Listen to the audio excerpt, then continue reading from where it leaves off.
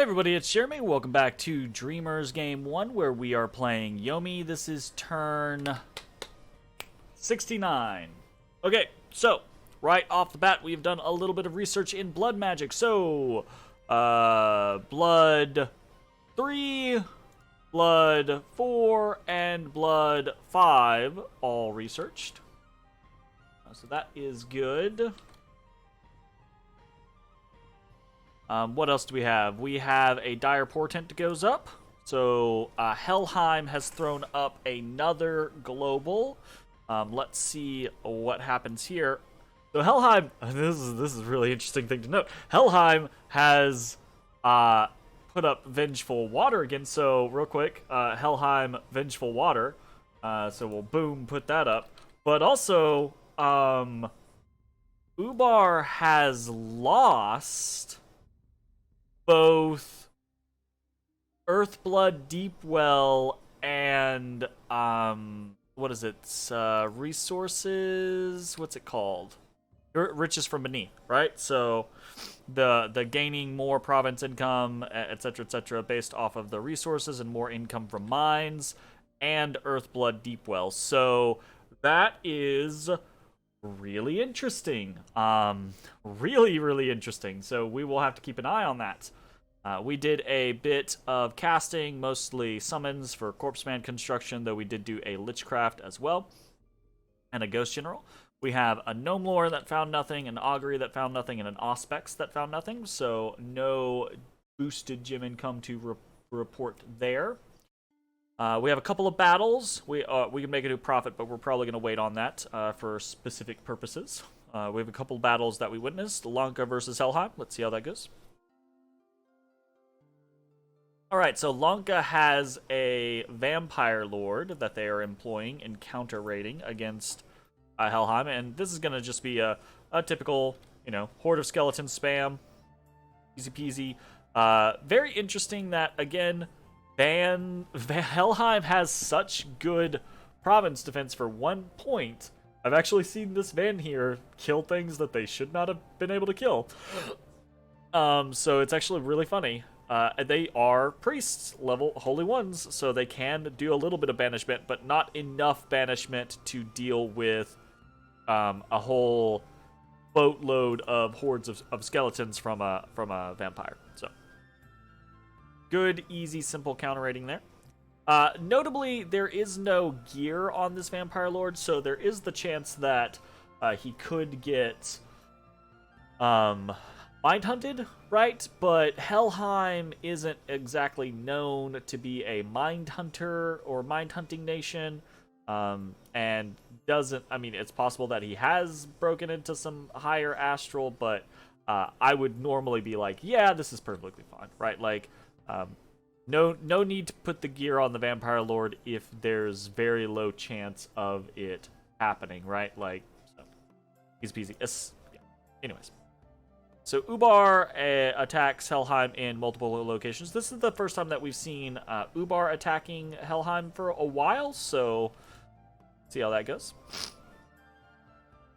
Aha! So we've got Ubar in with a Sultan. No weapon has decided to keep the Enchanted Scimitar, which is perfectly fine. It's a very good weapon. Has Vine Shield, Shade Mail Haberkin, Ring of Returning, so very intent on keeping this Ifrit Sultan alive and well, which makes sense because this guy is pretty dope. So, see what he does. Gonna Mist Form. The Mist Form seems a little... I mean, I guess, like, it makes sense, right? Mist Form, you're trying to, you're trying to defend the target. But the thing about Mist Form is Mist Form, all attacks made against it will only do 1 point of damage unless they get hit really hard, and in which case the Mist Form will pop. But any damage done to the Sultan is going to Ring of Returning him. And what's the likelihood that anything is going to... He's not a demon, right? He's not a demon. He's not an undead. There's nothing in here that's going to be like 3 times damage, or anything like that. And it's not like someone's going to come along and drop a rock on him. So this is fine. I'm probably belly aching about nothing, but it seems like a moot point, right? I guess, in fairness, the Mist Form, if I think about it, right, the Mist Form will help prevent him from taking any sort of wounds, right? Because he doesn't have recuperation or anything like that. And if he gets hit especially hard without a Mist Form, then he might take a wound.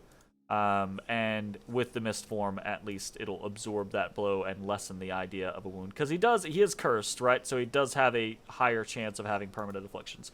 So I rescind my annoyance at the use of Mist Form. It's valid.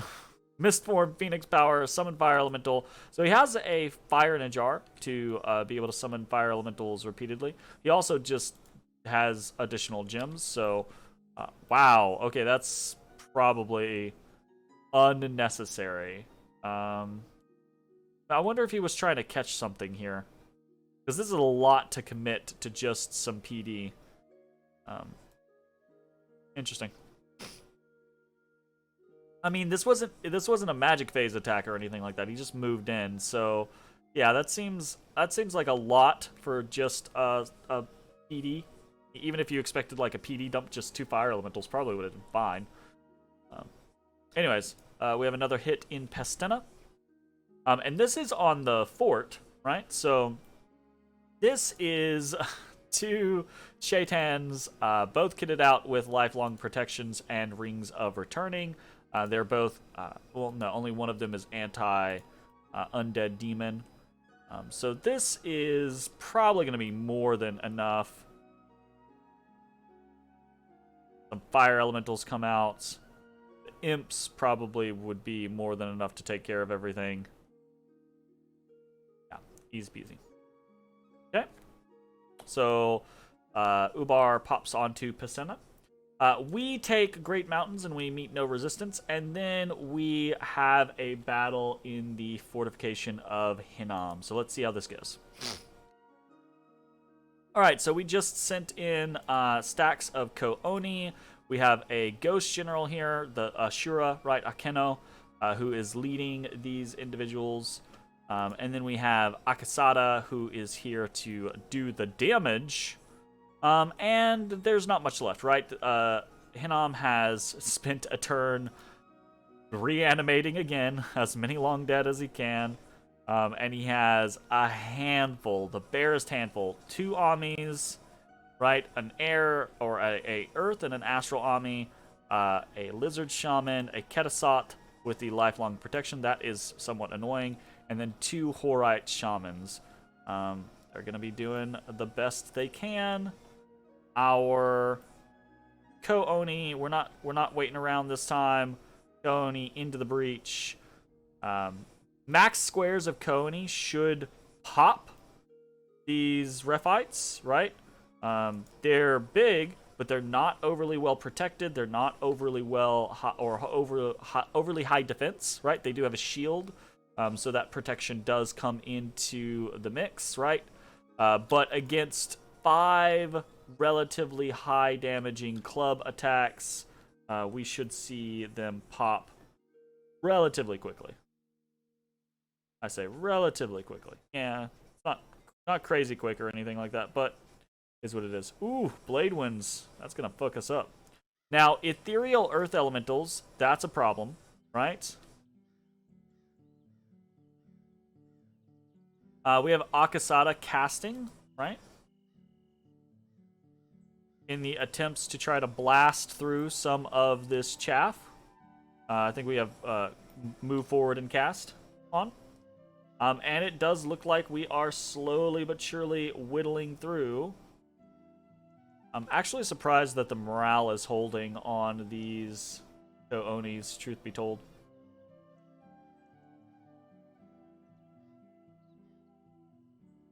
Somebody webbed us.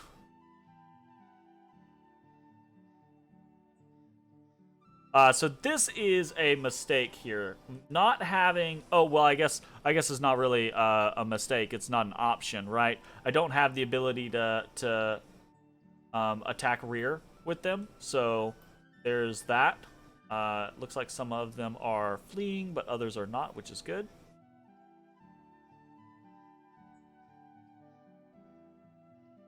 Okay.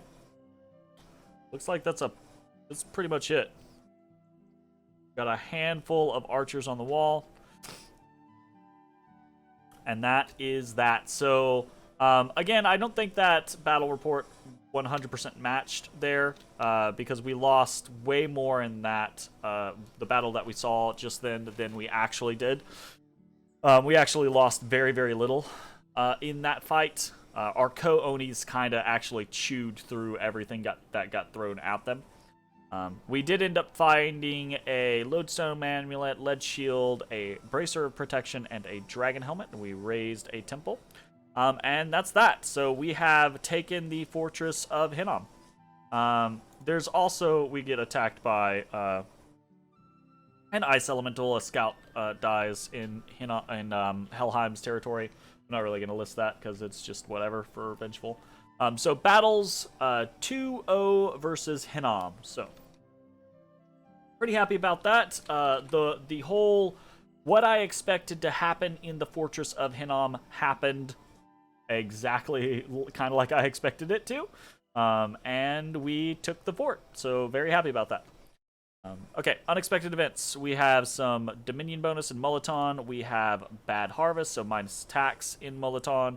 And then in Iron Caverns, we gain Earth Gems. So events, we get Earth plus 10.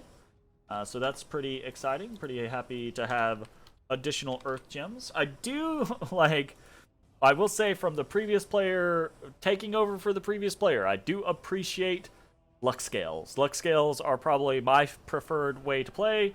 And it's just nice to get gem piles like this. It really is. The increased gem income, I think, is actually really, really cool.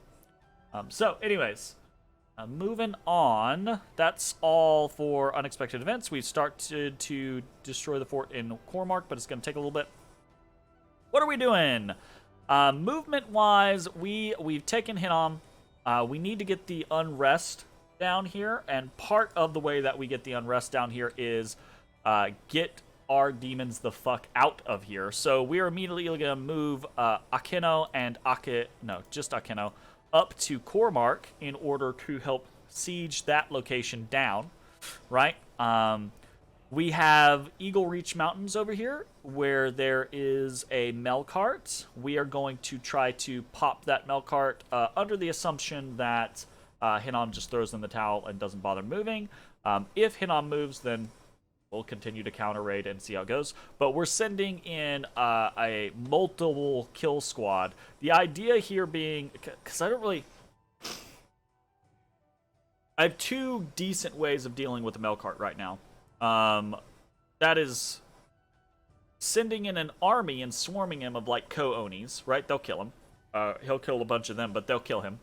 But the problem with that is trying to, one, I don't have a lot of those over here, and two, trying to actually pin him down is going to be a pain in the ass. Or, alternatively, I can send a bunch of Dionis at him with high damaging attacks. When he swings, right? When the Melkart swings, he is likely to hit and pop a Dione, right? But he won't kill that Dione in one swing because that Dione will go into their spirit form, right? So if I get enough Dione around him swinging at the same time, he'll swing, pop one Dione into a spirit form, and hopefully all the Dione will swing and kill him, right? That's the idea.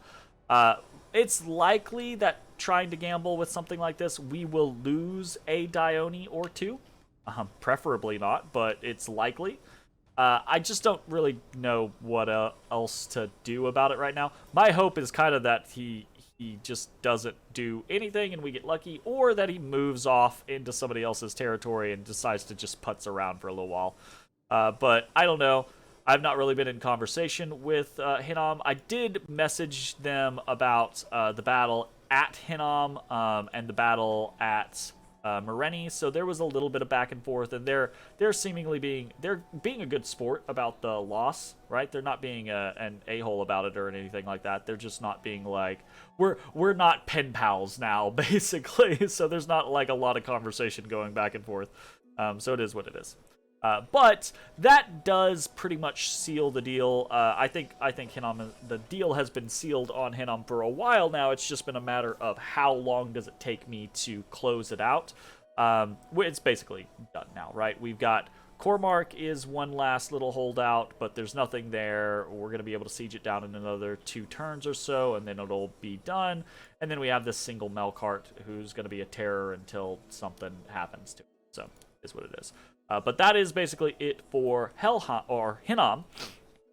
And now it becomes a matter of patrolling down Merenni, patrolling down Hinnom, getting temples up in Cormark, and getting this land settled, right? Like, getting it all site searched, which is what we're doing with a lot of stuff. We're sending in, people to do more corpse man construction. We're sending in individuals, lizard shamans to be able to do Haruspects and arcane probing and things like that, but also just to be there as mages for particular things that we might need in battles.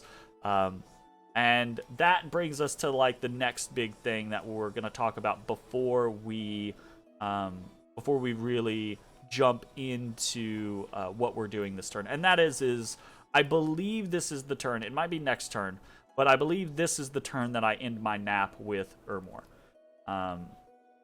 And I am in communication with Relay to say, hey, look, I just finished my war up with Hinnom, and you have clearly been fighting against Urmor for a while now. I've got nothing else to do. I'm going to attack Urmor, and this is me giving you the opportunity to be like, okay, let's work together, and that way, because like it's kind of an asshole thing to do when Relay has been fighting against Urmor for a while now to then just come in and be like, okay, well, I'll kill Urmor and take all their stuff, right? If I'm even able, if I'm even capable of doing that, because I might not be capable of doing that. But if I am capable of doing that, I don't want to be an asshole and just be like, hey, you took too long, right? However, at the same time, there is that kind of situation of like, you've been at war with Urmor for a very long time, and it doesn't seem like anything's sticking, right? Like, it doesn't seem like you're taking and holding land from Urmor. You've just been consistently raiding around with them, doing a little bit of damage here or there. So I'm going to come in and I'm going to start trying to actually siege things down and take things away. Let's coordinate so you get something out of the deal and I get something out of the deal, right? We're talking about things, but we haven't come to any specifics. The general thing that I'm thinking, right, is Relay taking the coastline and taking like Urmor's capital, but me taking a throne, right? Like being able to take like this throne and some of these northern provinces, and then Relay has a nice little chunk, and I have a more contiguous empire rather than this little fucking noodle scenario going through Menace. So we're kind of talking about that and seeing where things go. We also know that the Silver Wall, if we look at the Thrones of Ascension, is the throne of misfortune, right?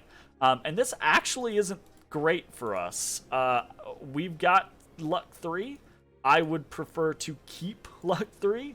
Taking Misfortune 1 on Luck 3, that puts us at Luck 2, right? That's not that big of a deal. It'd be way worse if we were like Misfortune 2 and this Misfortune 1 gets us to Misfortune 3, right? That would be horrendous.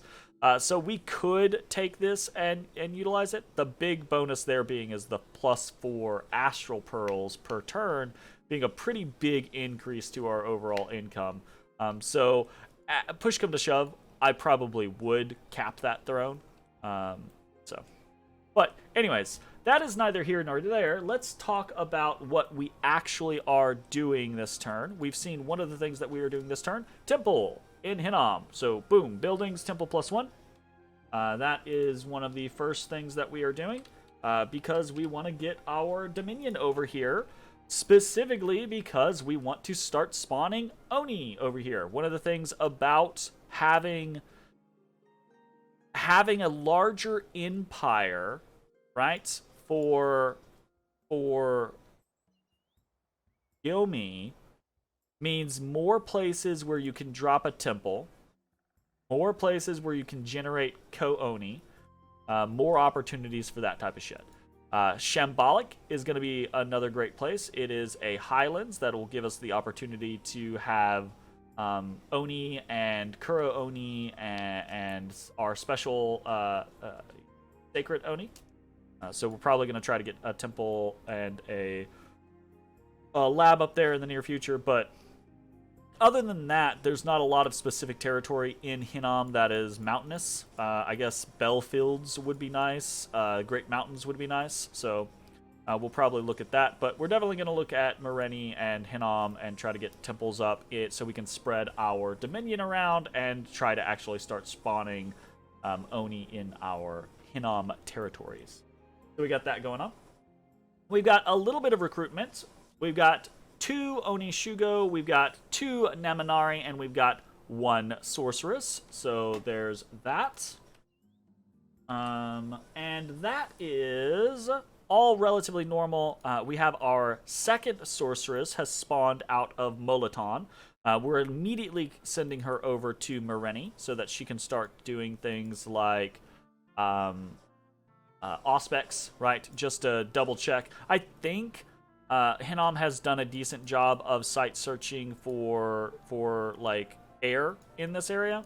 Probably air, earth, astral are all fine, but you know me, I'm a little paranoid, so I'm gonna probably start doing my own auspexes. But this sorceress is always also over here, can be paired up with these lizard shamans for a small communion to do a couple of different things. Could easily do something like Communion Master, Power the Spheres, or Communion and be Air 4, right? Or do Communion Master Storm, Storm Power to be Air 4, Power the Spheres to be Air 5, can do basically all the air stuff at that point, Fog Warriors, etc., etc. That's a really long climb to get up to something like Fog Warriors, so that would be a little rough, but if we wanted to do it, we could. Alternatively, we could just do some astral stuff like Anti-Magic or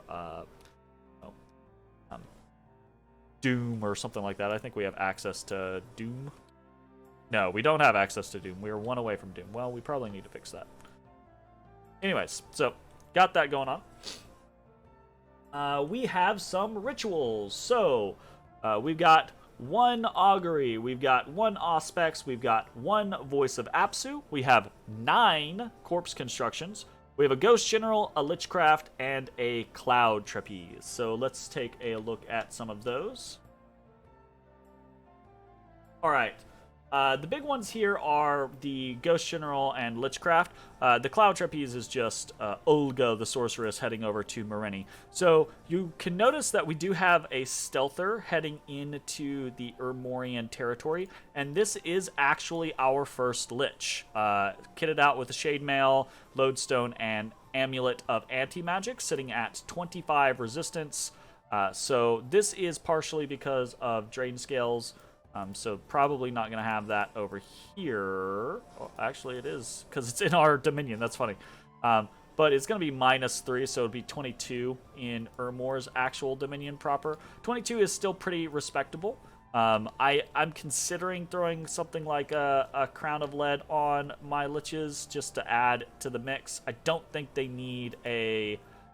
I don't have one here. I don't think they need like a lead shield, but that would be an option. Didn't I get a lead shield? I got one on Akeno. I did not take it off. So Akeno has a lead shield now. So I can do something like that to try to like augment them. But this next Lich is going to be probably paired up with this other Lich that I'm sending out. I prefer to do like random squads of 2 Liches. They don't always have to be attacking the same province, but I like to keep them near each other so that they can combine to attack the same province if I suspect that there is more stuff there. I need to get some scouts into Urmorian territory is what I need to do, but that's not happening just yet. And then the only other thing I'm doing is I am doing a Ghost General. Where am I doing that? I just did one over here. I'm doing a Ghost General down here, right? Yes, Ghost General down here in the below. And that's because we actually have a decently sized army of Oni down here, right? A whole bunch of Ko-Oni, a little bit of Aka-Oni, and some actual, like, Oni and Kuro-Oni. So we want to get them moving up towards the Urmorian front. This is going to be like a secondary army. So we have a secondary army here. We have a primary army in our central that we're going to start combining up. We have basically this big stack that Hirofumi is running. And yes, I still put the champion skull on him. Because this is prior, like, the orders that I gave to this are prior to my musings in the last video about champion skulls. So, the thoughts have not translated forward, unfortunately. So, I'm still in the process in playing this game. I was still at this point where I'm like, yeah, this experience gain is going to give us higher undead leadership eventually. That's not going to be the case. So. But it is what it is. Not super worried about it. Pretty cool interaction, but not what we wanted it to do. And then we also have a growing stacks. We have growing stacks in Grey Mountains and in Strongdale. We're going to try to leave these alone. Strongdale and Grey Mountains are going to be our flank protecting stacks. We kind of want to have those as is. And I'm going to try to leave Scardian Vale alone if possible, but if not, then it will be a reinforcing stack because it's close to Silver Wall comparatively. So, so like that second Ghost General is just more leadership. Leadership is actually a problem that we have right now. So, yeah. Anyways.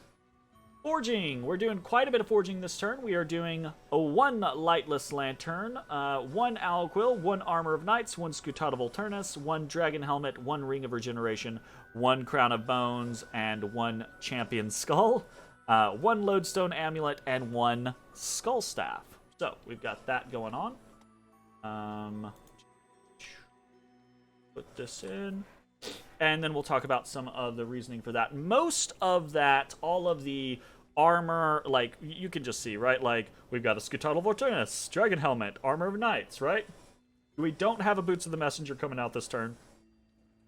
We do have a Ring of Regeneration. Most of that is just to fill out these armor sets. We want to have access to armor sets that we can just throw onto a Dione whenever we need it, right? Boom, Dione, go. Boom, Dione, go, right? Just toss it out.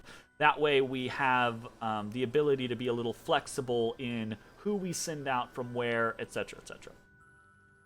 And that's pretty simple. Lodestone Amulet is more prepping for future liches, probably. Crown of Bones and the Champion Skull is for that Ghost General, again, still operating on the same kind of concept there. And then the Skull Staff is just because we don't have a lot. We have some very high death over here, but we have kind of lost our boosters in a couple of situations. I say lost our boosters. We have basically a Skull Staff and a single Skull Face, which is fine, but it doesn't allow us to be flexible on who casts what and where. So I want to get a couple more boosters here or there that we can toss around to random people because that helps in our flexibility. And is what it is. So the last little thing that we are doing, you might have seen it a couple times as we clicked on Yomi, but that is we are empowering Kurofume in Blood. So this is in response to seeing that this is something that we've been kind of thinking about anyways, but this is directly in response to seeing Ubar lose both Earthblood Deepwell and Riches from Beneath.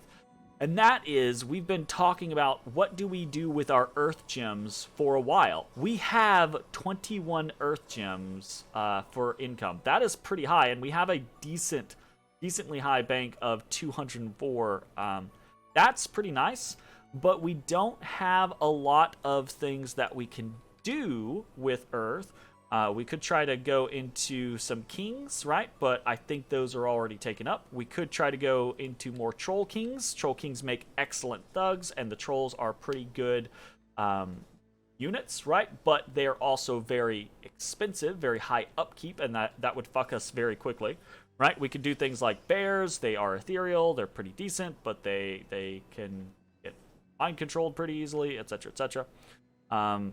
We've got some stuff like putting up wizards towers or spamming crumble to make things easier that we could try to go through. We don't really have anything in evocation that would matter. We've talked about this in the past, going up for Forge of the Ancients, which would be pretty cool. That could get us a couple of pretty nice things. We could go for Riches from Beneath or Earthblood Deepwell ourselves. I think that actually wouldn't be too terrible of an idea, but Earthblood Deepwell will be difficult. Earth 6 is pretty hard for us to get. And then there's Melancholia. This doesn't actually happen to a lot of people, but so Melancholia is kind of an interesting thing.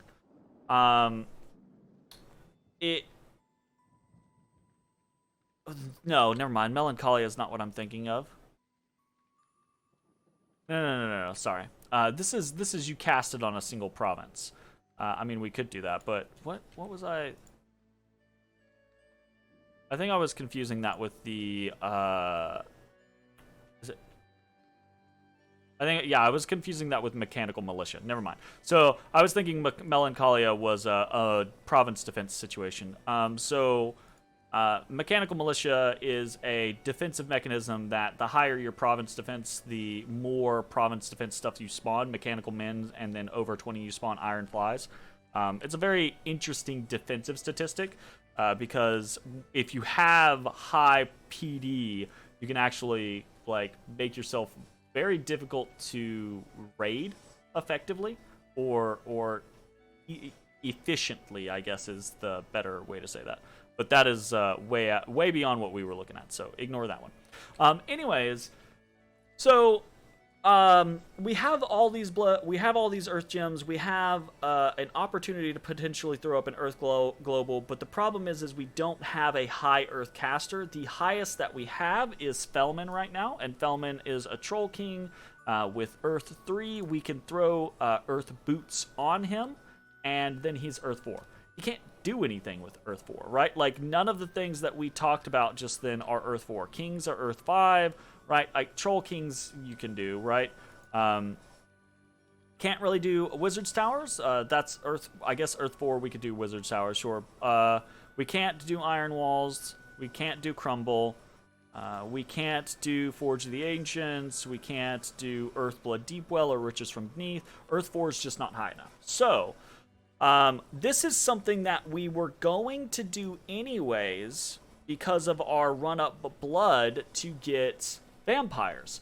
We were going to have to empower Kurofume in blood because we only have an Armor of the Souls. That only gets us up to blood 2. We need blood 3 in order to summon a vampire. So Kurofume was going to have to empower regardless, or we were going to have to trade with someone for a Bloodthorn, which is another blood booster. So either way is possible there. But the Bloodthorn train kind of gives that away, right? That's information that we're giving to a person saying, hey, we're going in blood. And right now, no one knows that we're going in blood, or really has any reason to suspect that we're going in blood necessarily, unless they have a shit ton of scouts in our land, which we catch on the occasion. So we're going to empower Kurofume in blood. That's going to give him blood 2. We'll throw the Armor of Souls on him. That will be blood 3. With blood 3, we will be able to forge a blood stone. Blood 3, Earth 2 is a earth boosting path. So we'll be able to do that. And then Felman with Earth Boots will be a Earth 5, right? So likely what I will do is I will next turn. I'm not sure that I'm gonna do it now. I'm trying to decide whether or not I. So here's the deal. If we go for riches from beneath, we don't need to do this. I don't think that riches from beneath is super valuable for us, right? We don't have high.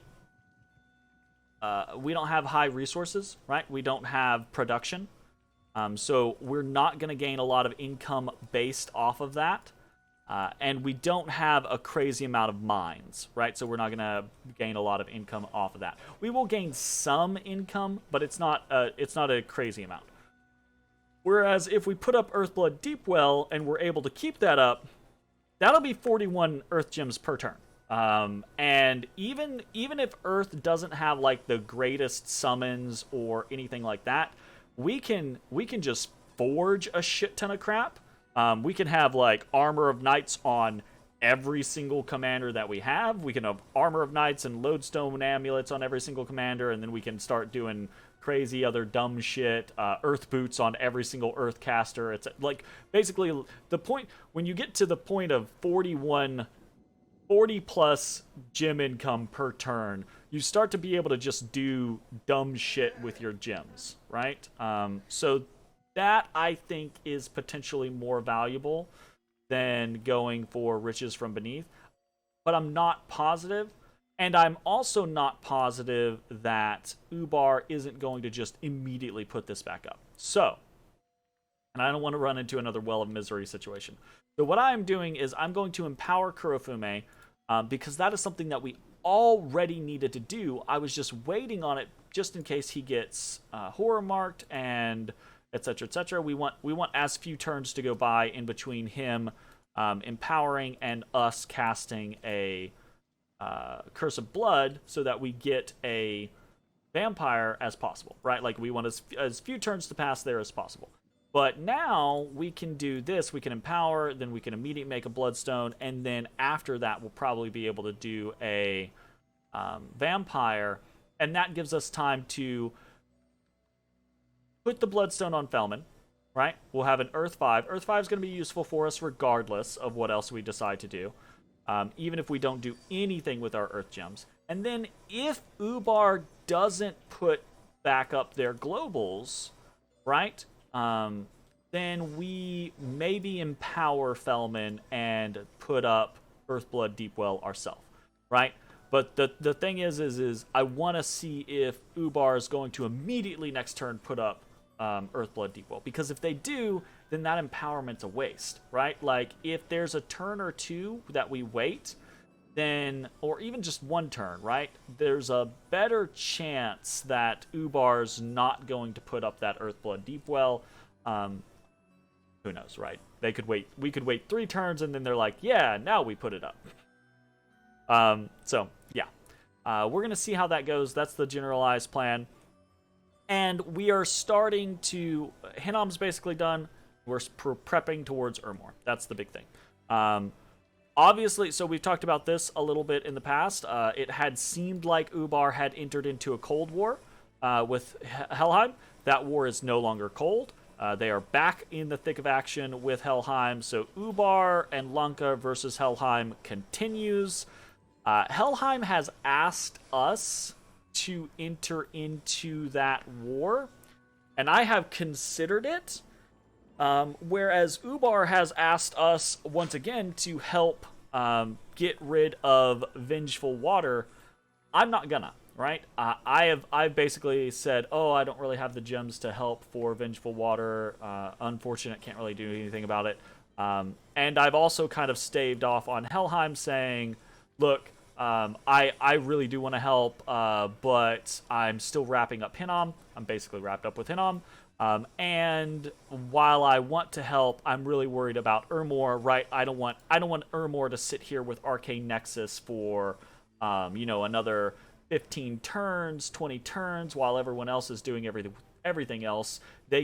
We all get really exhausted, kind of like fighting each other, and then Urmor is just like, okay, I march this monster stack of Ether Lords to this throne, I take it. I march this monster stack of Ether Lords to this throne, I take it. Rinse, repeat, right?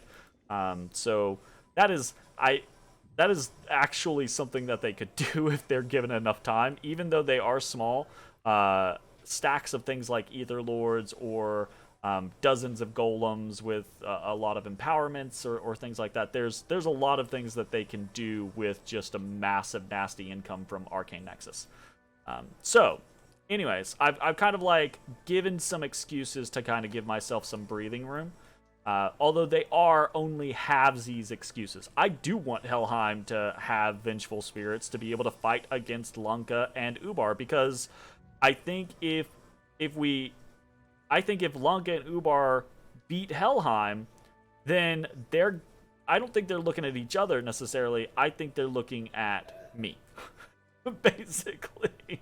So, yeah, I want the opportunity to hopefully eat Urmor, and then have Helheim, or have Ubar and Lanka either have beaten Helheim or exhausted themselves on Helheim, and then me be able to turn around and potentially 2v2 someone, or 2v1 someone, or just sneak some thrones, right? Like, at that point, if I am able to take Urmor, I will be next to 6 thrones. We'll see how it goes, right? I don't expect that to happen. I expect a lot of failing on my part throughout this, so we'll see how it goes. Anyways, that's gonna be, it was a long episode, a lot of stuff to cover, switching gears, looking at a new target. That's gonna be it for the turn. Thanks for watching. We'll see you next time. Bye-bye, everybody. Hey everybody, thanks for watching. If you enjoyed the video, consider leaving a like, commenting, or subscribing. It really helps me out. If you'd like to see me live, head over to my Twitch at twitch.tv/thedistanthorizon.